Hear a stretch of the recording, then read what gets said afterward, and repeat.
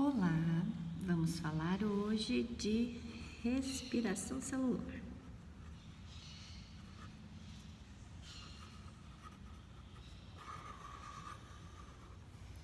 Na última aula nós falamos sobre fotossíntese e aí, então, colocamos essa aqui como nossa aula 3,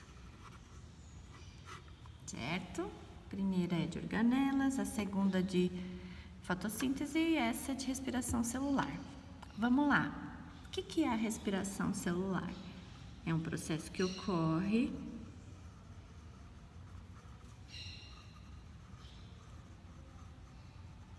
com o auxílio da mitocôndria.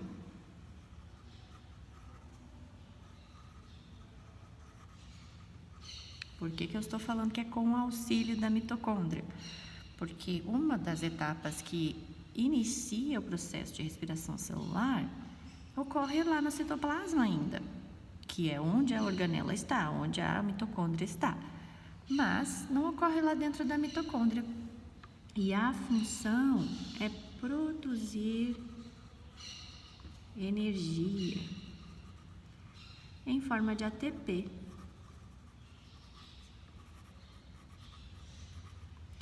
Essa energia aqui, em forma de ATP, ela é necessária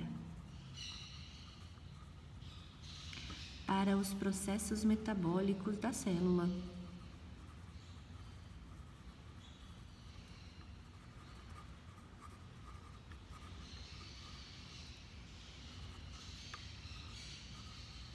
Então, todas as reações que vão precisar gastar um pouquinho de energia, elas vão utilizar o ATP, e o ATP produzido pela respiração celular, com o auxílio da nossa mitocôndria.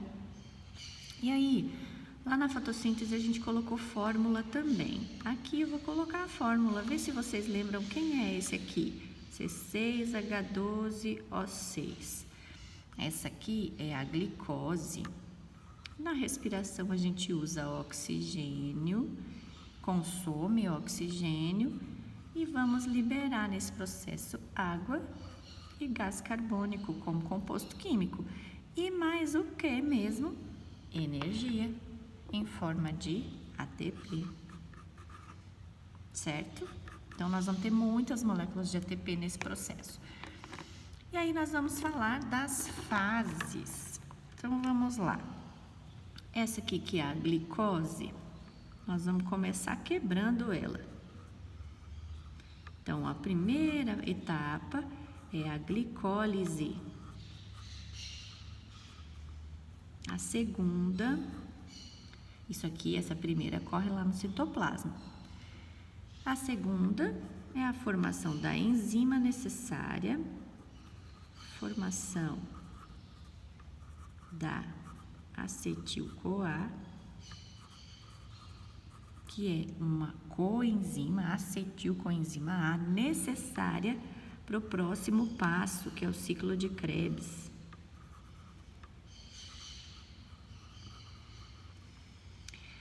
Aí, quando eu fiz o ciclo de Krebs, eu tenho aqui várias energiazinhas geradas, várias bateriazinhas carregadas e eu vou fazer a cadeia transportadora de elétrons.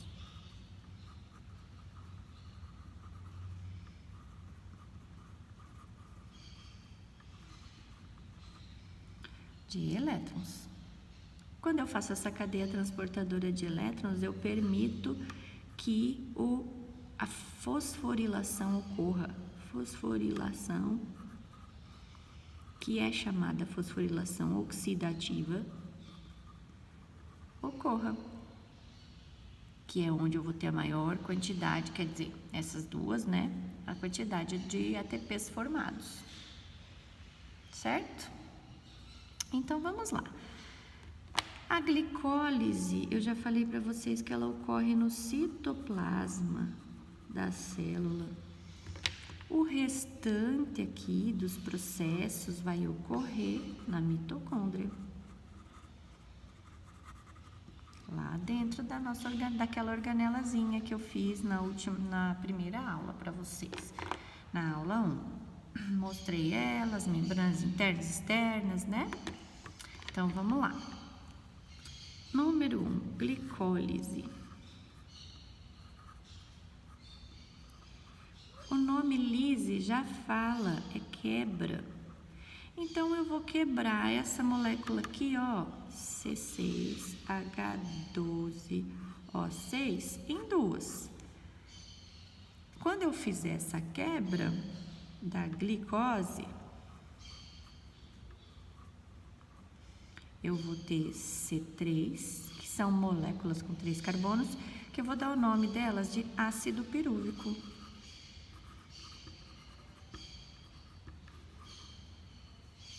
Ácido pirúvico. Esse ácido, então quer dizer que eu tenho uma molécula de glicose e eu vou gerar 2 ácidos pirúvicos. Cada um desses ácidos pirúvicos vai participar da formação da acetilcoenzima A. Então, olha só como a gente está fazendo várias reações. Vou fazer de outra cor aqui, acetil-CoA.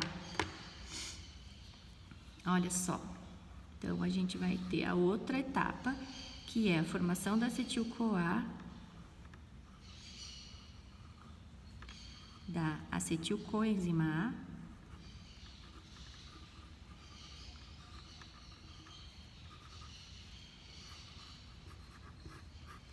com a participação do ácido pirúvico. Então, eu vou ter ácido pirúvico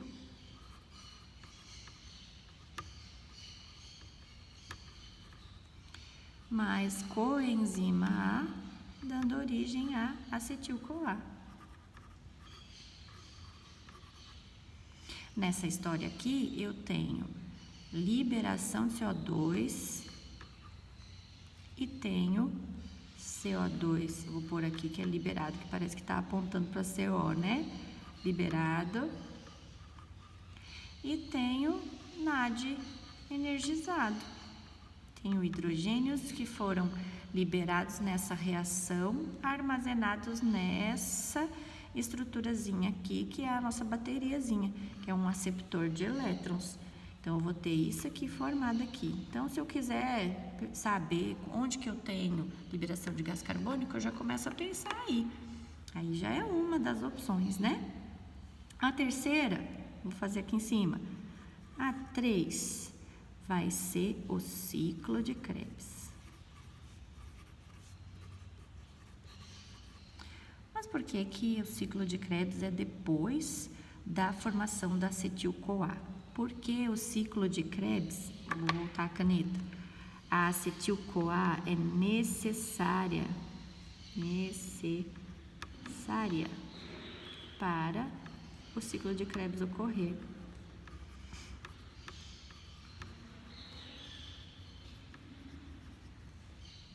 Tá? Então, eu preciso, olha só, eu fiz a glicólise para gerar o ácido pirúvico. Cada ácido pirúvico fez uma acetil-CoA. Cada acetil-CoA vai fazer um ciclo de Krebs. Então, eu já tenho aqui, se eu tenho 2 ácidos pirúvicos, vou ter 2 acetil-CoA, vou ter duas voltinhas no ciclo de Krebs. O que é o ciclo de Krebs? É um conjunto de reações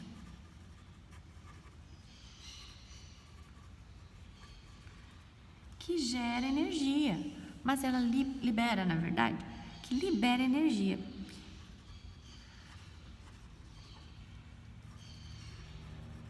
O que é esse liberar energia? Sempre que a gente fala energia, parece que é ATP. Aqui, a produção de ATP é bem pequenininha, são 2 ATPs só. Mas eu tenho muitos NADH formados, muitos não, são 3 só. Mas cada ciclo são 3, então dá 6 ao todo, né? 2 ATPs, 6 NADH. Tenho 3 FAD, que é também uma outra bateriazinha energética que vai armazenar os hidrogênios livres nas reações, dessas várias reações aqui, que são 9 reações que ocorrem. E eu vou ter 2 ATPs, que são aqueles mesmos que eu citei ali em cima. E vai ter liberação de gás carbônico.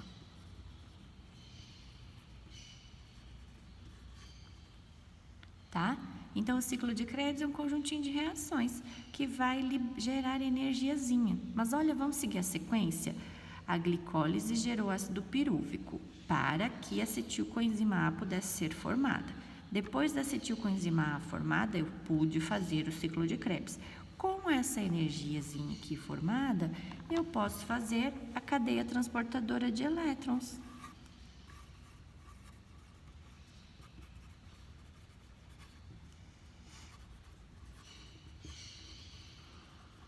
Essa cadeia transportadora de elétrons vai ocorrer na membrana da mitocôndria.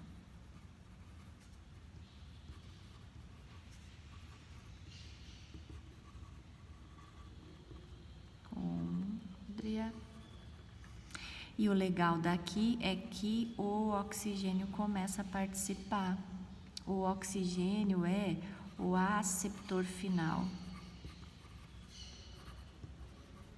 de elétrons. Então, olha, eu tenho aqui um aceptor de elétrons, aqui outro tipo de aceptor de elétrons, os ATPs formados. E aqui eu vou ter na membrana, vou desenhar uma membraninha aqui para vocês. A gente vai ter várias proteínazinhas responsáveis por fazer isso. Que essas aqui, por exemplo, o que elas vão fazer? Vou pôr na mesma cor que esses aqui vieram, ó. Os NADs vão vir participar desse processo da cadeia transportadora de elétrons e liberar os H+ no espaço intermembranar. O FAD vai fazer isso também, FADH2 vai fazer isso, liberando hidrogênio. E vai ter um diferentão, vou pegar uma canetinha diferente mas igual, o oxigênio como aceptor final desses elétrons todos, desses H+ todos que foram liberados aqui no espaço intermembranar. Nessa hora aqui, eu vou ter, na cadeia transportadora de elétrons, eu vou ter um monte de hidrogênios disponíveis para fazer essa última etapa aqui, que é a fosforilação oxidativa.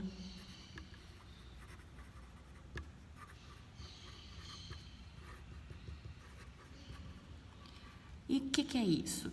Isso é, na membrana lá mesmo, eu tenho a enzima chamada ATP sintase. Estou colocando ela assim porque ela é tipo uma maquininha, tá? ATP sintase. Essa ATP sintase, ela precisa de energia para ser movida. Então, olha só, esses hidrogênios que estão aqui, eles virão todos passar por dentro dessa máquina e girar essa máquina para fazer o processo de fosforilação. O que é fosforilar? Acrescentar um fosfato à molécula de ADP, de fosfato de adenosina, para transformar ela em ATP. Então, toda vez que essa aqui girar, pela presença dos hidrogênios, eu vou ter um fosfato inorgânico grudado no ATP para gerar esse ATP aqui. E é nesses dois processos aqui, esses dois processos que são sequenciais, que eu vou ter a maior quantidade, maior quantidade, 26 ATPs formados. Aqui tem 2, na glicólise não falei, mas tem 2. Vamos fazer o saldo final, vou pôr as cores dos processos aqui. Glicólise tem 2 ATPs, forma, né? 2 ATPs. Ciclo de Krebs forma 2 também. E cadeia transportadora de elétrons, mais fosforilação oxidativa, vão formar os 26 ATPs. Ao todo, eu vou ter 30 moléculas de ATP formados. O que é esse ATP? É esse que estava aqui na reação, ó. que é o responsável, é a energia necessária para os processos metabólicos celulares. Eu preciso fazer todo esse processo para gerar o ATP, certo?